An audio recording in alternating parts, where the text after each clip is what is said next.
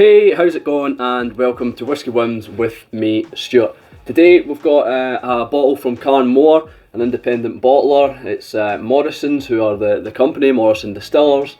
This is Mannochmore, which is a Speyside, I'm almost certain. It's bottled at 47.5% ABV, which all their strictly limited releases are, unless it's like a kind of UK exclusive or something. They've done a cask strength version of a Glen Elgin for a UK edition, and they're kind of celebrations of the casks, which are more premium whiskies. They are bottled at a different ABV. But all their strictly limited series, which this falls under, is bottled at 47.5. So it's a nice ABV, nice healthy ABV. This is matured in sherry hogsheads, distilled in 2007 and bottled in 2020. It's 13 years old, and it's cost me £57 to £60. I can't remember exactly. It was rough. It was under £60, I know that, but over 55. So yeah, non-chill filter, no added colouring. 1,551 bottles, and we'll get right down to it. Yeah, it reminds me, I've said this before about roast dinners, it reminds me of like a roast dinner. My girlfriend makes honeyed parsnips, and this is like, there's like a root vegetable there, yeah, with the honeyness, stickiness, and that kind of, yeah, parsnip smell. There's something like it's quite tarty.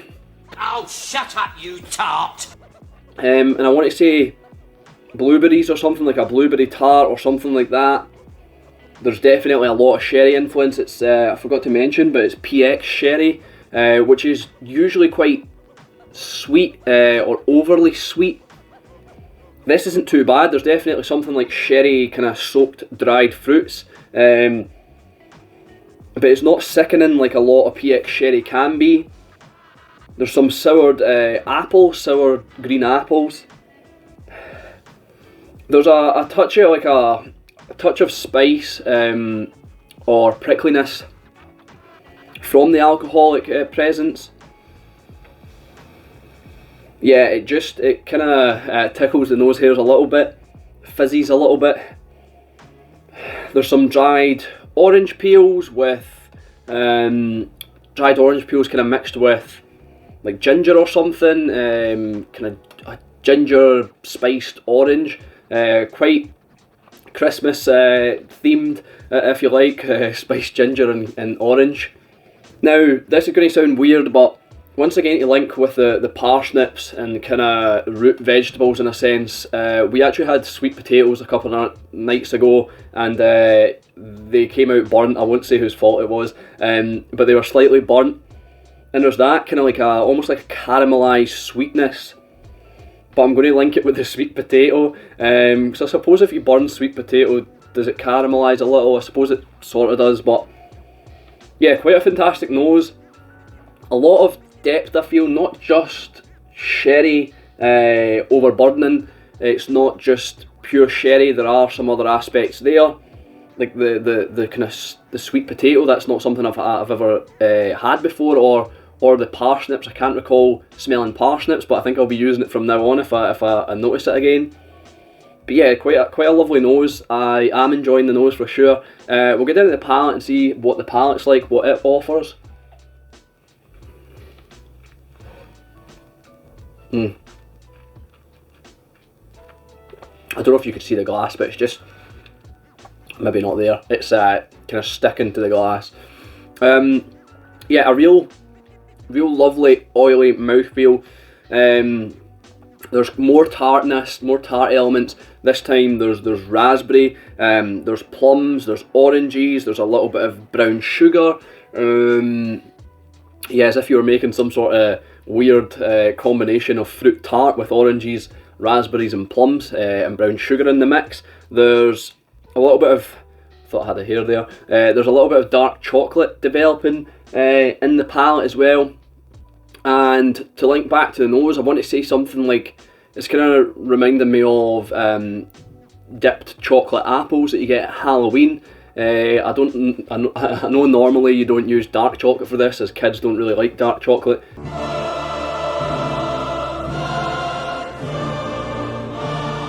But it's reminding me of that. I could imagine that, like a dark chocolate apple, or an apple dipped in dark chocolate. It's actually superb. It's a really nice flavour. It is sweet, but it's not overpowering at all. The PX isn't overpowering in any way or shape or form. There is a little bitter element coming through, like I said, with the dark chocolate. There's a little bit of kind of oak tannins, a little bit of a kind of spicy black pepper or something like that, just to kind of contrast with the sweet element. Yeah, it's a fantastic palate as well. It's a really well balanced, well combined dram in the palate. I'm trying to think if there's anything else there.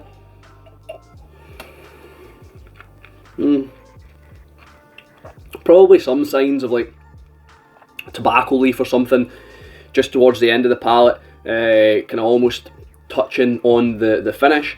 But yeah, fantastic palate, lovely nose. The finish itself, the finish is probably medium to long. Yeah, I'd say it's medium to long.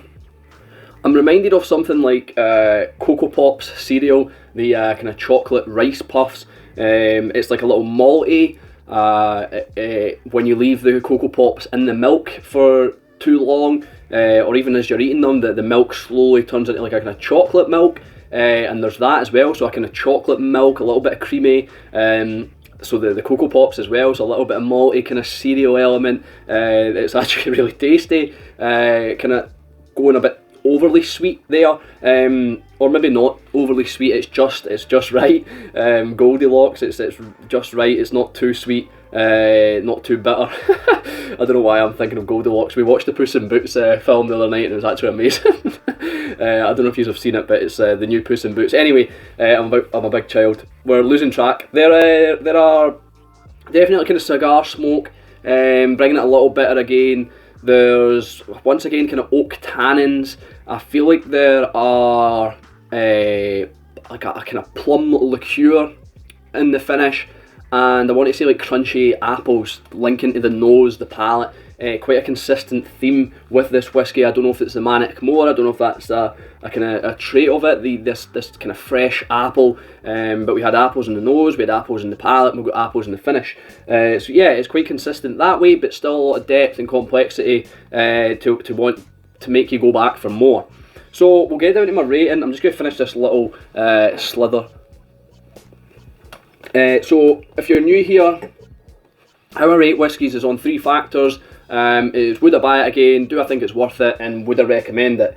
If we get 2 out of 3, wrong way, if we get 2 out of 3, it's a whiskey win. If we only get 1 out of 3, then it's a whiskey bin. Hopefully you can see that, and hopefully it focused on the coin. So, would I buy it again? Yeah, if I could pick this up for less than £60, or even less than, I think, the current climate, I know that's my new phrase, this would probably be worth about £75, maybe £70. So I think I probably would pay £70 max. So I reckon I would buy it again if I'm finished. It's a really good dram, and it kind of reminds me why that I drink sherried whiskies, because this is something really tasty, and the PX isn't too dominant. Would I recommend it? 100%. If you haven't tried this, I would try it. If I had have had it for all of last year and got to a point where I'm at with it the now, it could have been my whiskey of the year. It could be a contender for whiskey of the year this year, because it is really that good. It will just see how much I enjoy the latter half of it throughout the year. But yeah, it could have been a contender for whiskey of the year last year, but I just didn't drink it enough to feel like it deserved that spot. So I would recommend it, and do I think it's worth it? Less than £60, this is an absolute steal. Fantastic, great pricing, not too premium, not too expensive or anything like that, and like I said, not too sickly. That's the thing with PX. I feel like sometimes Oloroso's better because I feel that PX can be a little overpowering and a little bit too indulgent. So it's a whiskey win for sure. I'm glad I've finally got back to whiskey wins, because doing whiskey bins is so demoralising. But yeah, I think that's all I've got to say. I've been Stuart, this has been Whiskey Wins. I'll see you later.